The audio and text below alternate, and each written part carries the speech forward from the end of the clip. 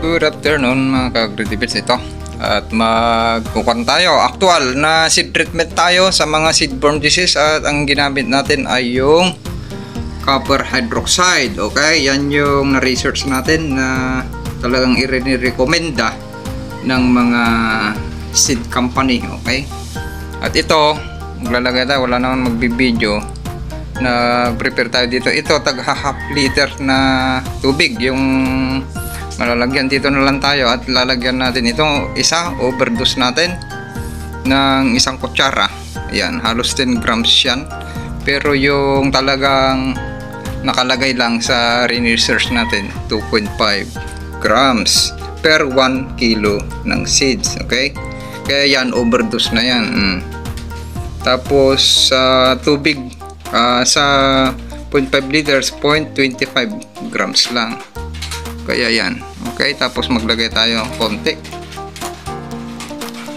dyan sa kabila. Ito yung isaktong rate natin.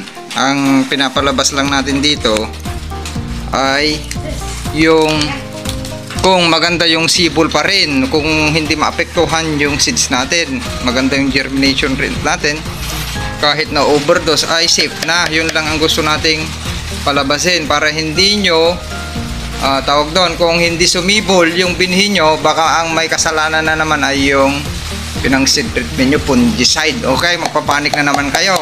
Kaya ito ay na-actual natin. Okay, yan, ililista natin. Germination test, ang date ngayon ay 9/29/24 sa oras ng 2:30 yan PM. Okay, yan. Ito, isang kutsara, 10 grams, overdose. Ito, 0.25. Yan, ito yung sakto. Yan, ang ilalagay natin dyan sa seeds. Okay? Ayan. Para makita nyo ma-actual, ito yung ginamit natin. Ngayon, hindi na natin bibilangin, walang magbibideo. Importante, makita lang natin yung mag-germinate. Okay, yun lang ang gusto natin palabasin. Ayan. Ito, maglagay tayo ng seeds. Ayan, random na to, hindi na natin pipiliin ha. Ito yung ginamit natin na seeds ay galing DA Longpin 937. Yung inanimas ni Master Oko sa Facebook, Oko Martin, Ernesto Martin III. Yan, i-PM nyo ng 281 kaban per hectares. Yan, medyo damihan pa natin para ang ganda na ang seeds ng Longpin. Galing DE po to, para hindi nyo sinasabing pangit yung galing DE na naman. Naka 3 kilos original pack po yan. Kadalasan yung naka 15 kilos ang sumasablay. Madali kasi nilang palitan yun ng seeds. O yan, yung seeds ng LP937. Ito yung LP937. Kaya ito ilalagay natin dito sa saktong rate 2.5 grams. Ayan. Ayan, para matanggal yung mga seedborne disease mula seeds ay dapat nasa proper na tayo. Palabanin natin yung mga kung ngayon pathogen, mga seedborne disease. Ang dami, pinakita ko sa inyo 41 na fungal bacterial disease ng seed, 56 lahat ha, yung buong mundo yung na-trace. Ayan, lagay natin. Ayan, damihan pa natin, sayang naman tong seeds natin. Ayan, kaya makikita nyo sa seeds pa lang, yung mga pinakita ko na sa inyo, batik-batik, maitim, may seedborne disease po yon. Noon kasi, ulitin ko, ginagawa ng mga farmers na may mga seminar sa International Rice Research Institute, kagaya ni Father. Okay, mga old farmers, ginagawa yan talaga na pinapalutang yung seeds, sinatanggalan ng bad seeds. Pero sa ngayon, alam nyo naman, pabilisan na, basta tinalian yung binhi, tapos initya kung saan-saan, sa lubluban ng, sa pispan, lubluban ng kalabaw, irigasyon, hindi na tinanggalan ng mga bad seeds. Kaya yung sakahan natin, sa seeds pa lang, marami ng seedborne disease, at yung sakahan natin ay ang dami na, sa soil pa lang ang dami na. Yun, sa seeds pa lang dapat maayos na. Okay, ito lalagyan natin ng tubig. Yan. 24 hours natin to ha. Ayan, may time tayo. Oh, ayan, tingnan nyo ha. Overdose yan. Makikita nyo, half liter. Kasi sinukat na natin kanina yan. Ayan, mas malabo yung sakto. Wait. Sa 15 kilos, kung 2.5 grams per, yung ilagay nyo lang doon ay 37 grams. Pero pag mapatunayan natin na okay lang pala, maganda yung sibol ng overdose, dilagyan nyo lang mas marami, mas maganda. At sakto na, totally na talagang matanggal yung, sa seeds pa lang natanggal na yung fungus at bacteria. Okay, ito yung fungicide. Hanapin nyo ito yung copper hydroxide. Maraming nagbebenta yan sa Fortiva ito. Mayroon din sa ibang company. Yan, Coside. Yung one natin. Okay, ganun na lang. Ito ay iahon natin bukas sa oras ng content, mga 2:35. Okay? Sharing is caring. Yan, tignan natin bukas after 24 hours. Okay, good afternoon mga kagutipids, ka-farmers, kamanala, ka-magsasaka. Ito na, yung ginawa natin dito, ayan, sa nag-seed treatment tayo para tanggalin yung mga fungal at bacteria. Ito, okay, yung kanina, ipakita ko na lang yung unang videos. Ito yung ginawa natin kanina dito, sa 2:30 PM, 9/29/24. Germination test tayo, seed treatment with copper hydroxide. Ito po yun. Ayan. Ayan, copper hydroxide. At ang rate nito ay 2.52 to 2.5 grams per kilo ng seeds. Okay. Ngayon, maliit naman ito pinaglagyan natin. Ito lang linagay natin. Yung sa 0.5 liter, naglagay tayo ng 0.25 grams. Ito yun. Mas malabo. Okay. Half liters ito. May seeds na po yan. Tapos sa 1 liter naman, naglagay tayo overdose. Sa 0.5 liters ulit, naglagay tayo ng isang kutsara. Ito. Sa seeds. Okay, yung lumitaw dito, yan yung nasa ibabaw ay ampaw yan. Chok. Machok. Pero meron siyang laman. Machok. Okay, para matanggal natin yung mga seedborne disease na mayroon 56. Sa rice, mayroon yan mga fungus at bacteria na 56 yan na strain at 46 yung ay 41 na sakit sa buong mundo ang naka-record po yan. Kaya kailangan natin ginagawa natin ito, mag-treat para maiwasan natin yung iba't ibang seedborne disease. Okay? Ayan, i-search nyo na lang, i-google nyo, nandyan naman yung pinakita ko sa inyo para masundan nyo yung bacterial, yung mga blight. Ayan, ay cause ng seedborne disease at hindi lang sa seeds. Mayroon na rin kasi sa sakahan natin, kaya ito yung lulunasan ng AgriTipid PH team na maiwasan natin yung mga sakit sa ating palayan na nandyan na sa soil at nandyan sa seeds, kasi hindi na ganun ka-quality yung ibang gumagawa ng seeds. Sa dami ng gumagawa ng seeds dito sa Pilipinas, sumisingit pa mga nagpakalat na mga seed blower, yung hindi rehistrado sa DPL Rice na mga yan at ibang hybrid company ay naglipa na sa ating palayan. Yung sakit nandyan na sa ating palayan talaga, yung sakit, at sa seeds nakasalalay yung magandang ani. Sabi ko sa inyo, palagi kong paulit-ulit na sinasabi ko sa inyo, na sa seeds pa lang dapat pilian na natin yung quality seeds. Okay? Pag inulit-ulit natin yan, seeds kagaya sa inbreed, galing sa certified, inulit-ulit pa, ay talagang maglalabas yan ng mga napagkakamalan yung batik-batik. Lalo ngayon, ang pangit ng panahon, umuulan na naman, may bagyo, ay yung uhay ninyo ay nagkakabatik-batik, nangingitim. Okay? Sa seeds pa lang makikita na kung may disease yung seeds. Kung nakikita nyo may batik-batik na, mayroon yun seedborne disease, kaya mabuti i-treat na natin. Okay? Tanggalin yung mga seedborne disease para maiwasan po natin yan. Mula seeds hanggang sa punlaan, hanggang vegetative, reproductive, meron na tayo dyan hanggang sa green filling. Gagawin na natin yan sa agriculture PSM para hindi tayo magaya sa ani ng iba na talagang bagsak yung ani. Yun yung dumali ngayon sa wheat season sa ating mga sakahan. Nagkasakit yung uhay. Ang gandang tignan yung pala natin, standing crop, ang ganda, pero nasa seeds na at lupa natin yung fungus at bacteria. Okay, ganun na lang, sharing is caring.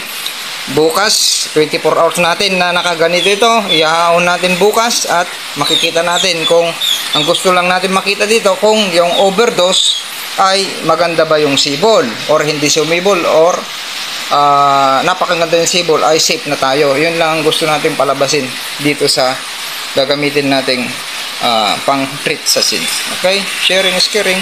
Maraming salamat. Puntahan yung YouTube channel natin, Agritipid PH. Baka i-upload natin ito para matulungan natin yung mga farmers dito sa ating bansa na sa seeds pa lang ay magamot na, matanggal na yung mga seedborne disease. Okay, males man lang para hindi babagsak yung ating. Ito ay galing DA. Okay, maraming reklamo sa mga galing DA, at ito para makita ninyo, ayan, malinis yung seeds, naka 3 kilos o red pack. Sharing is caring. Okay, good afternoon mga ka-agritipids, ka-farmers, kamanalong magsasaka. Nandito na yung seed germination natin, binabad natin ng ayan, para i-seed treatment. Okay, binabad natin yan ng fungicide, okay, bactericide at fungicide. Ito na, pansin nyo naman yung konti lang yung rate natin, ayan, ay malinaw. Yan, no, bumubula pa nga eh. Ayan. Okay, ayan. Tapos ito, yung isang kutsara, halos pa niyan 10 grams yung isang kutsara. Ayan, para makita natin sa overdose na pagbabad ng fungicide at bactericide na ginamit natin. Ayan, nandun sa unang videos natin ay ayan, makita natin, ang gusto lang natin palabasin dito ay kung maganda yung sibol sa overdose at sa konti lang yung rate. Pero actually may nag-PM sa atin, salamat sa nag-PM sa Agritipid PH kay Sir UV, at ginagawa na pala nila ito matagal na. Okay, noong masipag-sipag pa yung mga taga-saka niya, ganun nga nangyayari ngayon. Noon masipag, ngayon kasi gusto puro instant. Ay okay naman daw yung sibol ng ginagamitan nila ng ganito. Hindi na natin magbanggitin para hindi ma-promote yung company at anong fungicide yung ginamit natin. Okay, yan, fungicide at bactericide ito. Mag-seed treatment tayo dahil ang gusto nating mawala ay yung mga seedborne disease na yun na ang problema natin sa ating sakahan. Lalo ngayon, tag-ulan na naman, oh, may bagyo pa. Ang araw ngayon ay September 30th, 2024. Sa ating sakan, balik tayo. Sa ating sakan ay napakarami ng mga fungus at bacteria. Ang daming strain yan. Yung pinakita ko sa inyo sa group chat na fungus, mga kalaban natin dyan, ang sakit sa parang 56 strain na kuwan sa na-research natin na libro. Tapos 41 yung active na nakikita nila sa palayan. At may na-research pa tayo sa ibang libro na halos 100 plus. Biruin nyo yan na sakit yan na kakalabanin natin, na gagamutin, ititreat sa ating sakahan. Na ang dahilan po yan ay dahil, isa ang dahilan yan, yung quality ng seeds hindi na maganda sa ngayon. Dahil sa napakaraming iba't ibang company ang nagbebenta ng seeds, imbis na government lang, unlike sa ibang bansa, government lang kung ano yung ginawa, pre-reduce na binhi na quality na kanilang bansa, ay yun lang yung tatanim nila, mapa-inbreed. Okay, hindi nagdidepende sa mga imported. Ibang lahi ang may-ari ng company. Kaya ang nangyari ay ganito, ang dami ng sakit sa ating palayan, nandun na sa soil. dumadaloy sa irrigation. Tapos, dinadala rin ng hangin pag tinamaan, mga seedborne, gaya ng full smooth. Okay? Airborne yan, ihahawa. Kung tinamaan yung pala nyo, ihahawa yan through hangin din. Okay? Hindi lang sa nadikit. Contact. Kaya yan ang ipiprevent natin, mga blight. Okay? Sa sheep blight. Basta lahat ng sakit na ng fungus at bacteria. Kaya ginagawa natin. Ngayon, tatanggalin natin itong tubig nito. Ayan, pinapakita ko lang sa inyo. At ang gagawin na lang natin dito, babalutin na lang natin ng tissue. Okay? Pause muna natin. Ayan. Tanggalin natin. Ito yung binabad natin sa... ayan. Kunin din natin yun. May salaan tayo dyan. Ayan na, okay? Ayan. Try natin ito. Overdose, hindi na natin huhugasan. Amuin natin. Walang amoy na mabaho. Okay? Kasi nga fungicide, bactericide ito. Walang amoy na maasim at mabaho. Ayan, inaamoy natin. Kita niya? Wala. Kung kayo ang nagbabad nito, try nyo. Walang amoy. Okay, try natin para makita natin yan. Overdose. Try natin. Balutin na lang na ganyan na kung sisibol pa. At ito naman, yung sakto lang. Okay? Halos sobra pa nga ito eh. Sa rate talaga. Ayan. Pero kung okay naman yung sibol, ay dagdagan nyo na. Para totally na matreat natin. Ayan. Ito yung kwan natin. Tapos ang gagawin natin dito, hugasan natin. Para may pagkumparahan natin dito. O sige, hugasan natin to. Hindi natin huhugasan ito. Para may comparison. Or, yung kalahati niyan, huhugasan natin.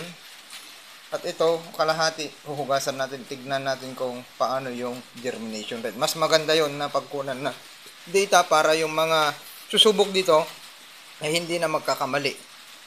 Pause muna natin. Ayan, ginagawa ng Agritipid PH, ipakita sa inyo ng actual. Ituro natin hanggang makuha natin yung tamang timpla para walang sasablay.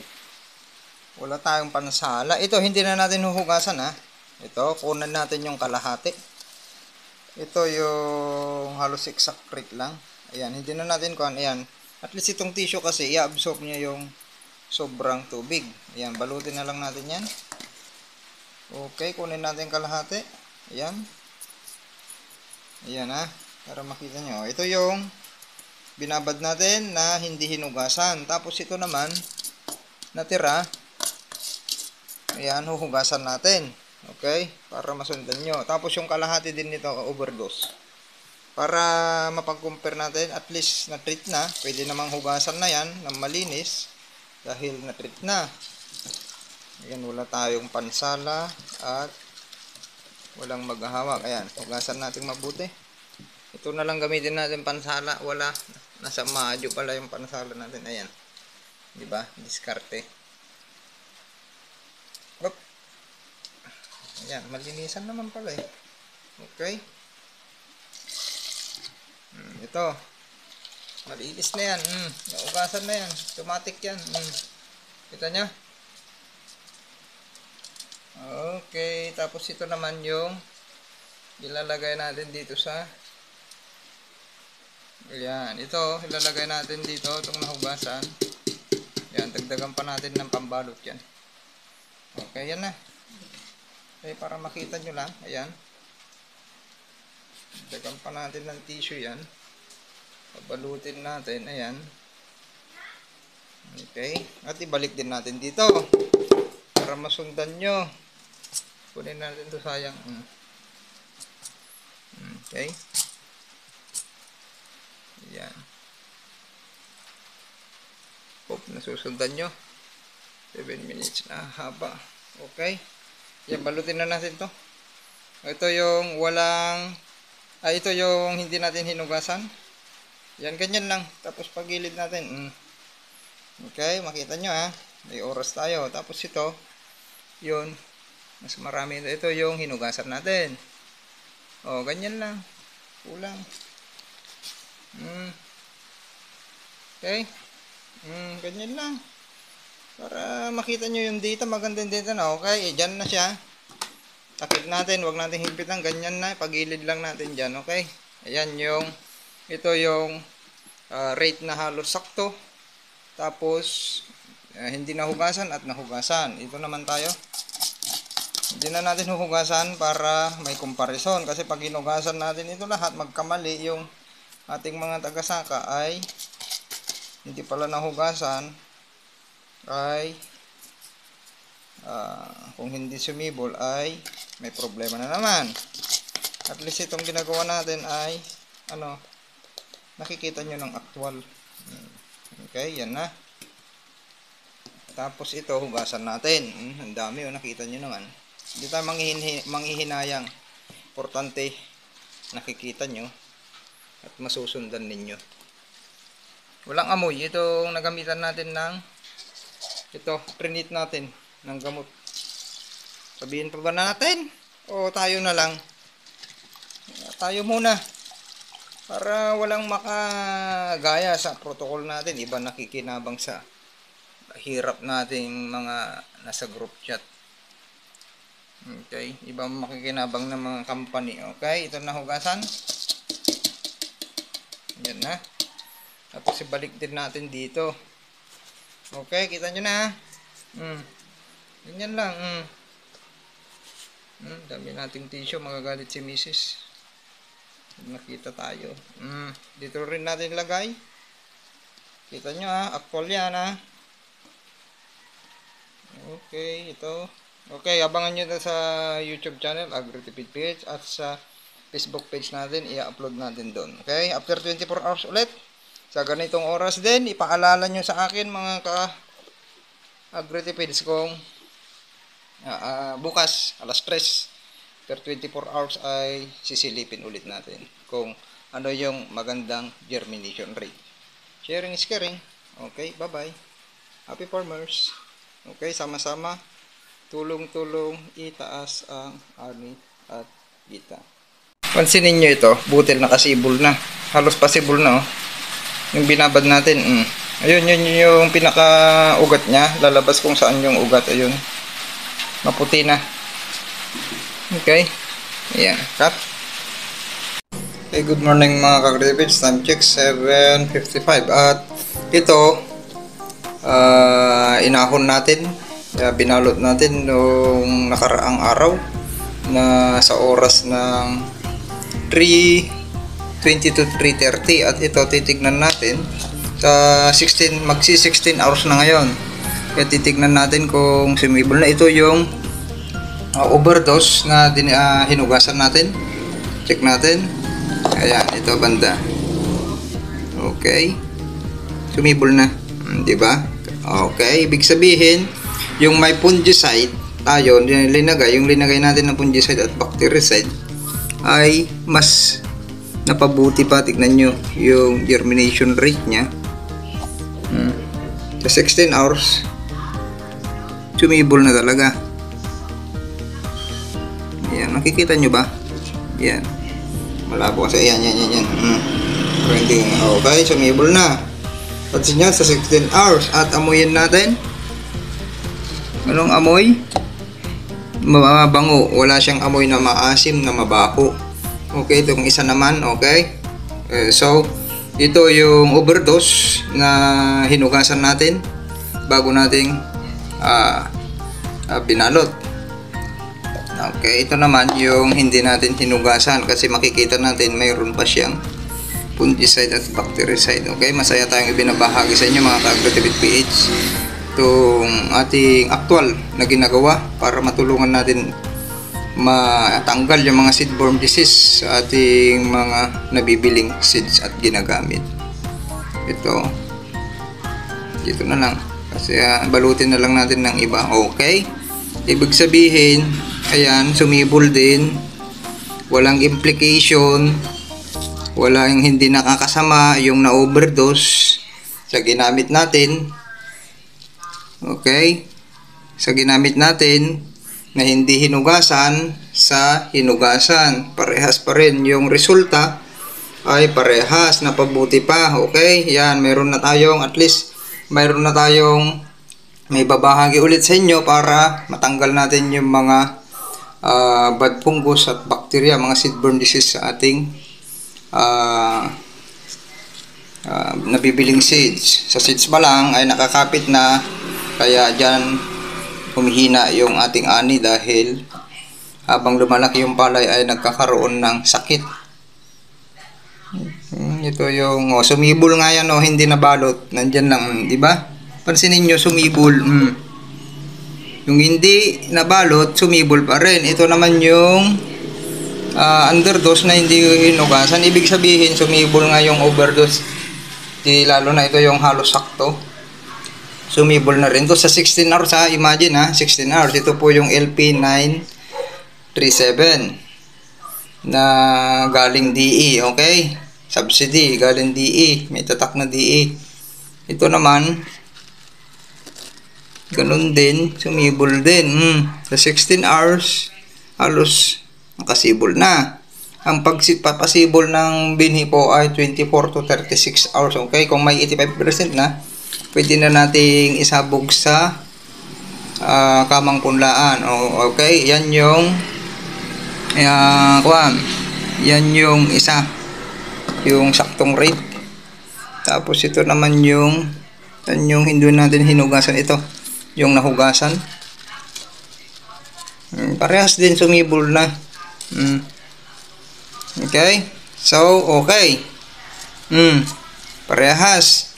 Ibig sabihin, ito na yung findings natin, yung nababad ng sakto, halos sakto, at sa overdose ay parehas na sumibol. Sa 16 hours pa lang yan ay sumibol na. Kaya mas maganda para sure, kahit dagdagan nyo ng pang treatment sa seeds ay walang implika, sisibol at sisibol pa rin. Okay? Ganun na lang, sharing is caring.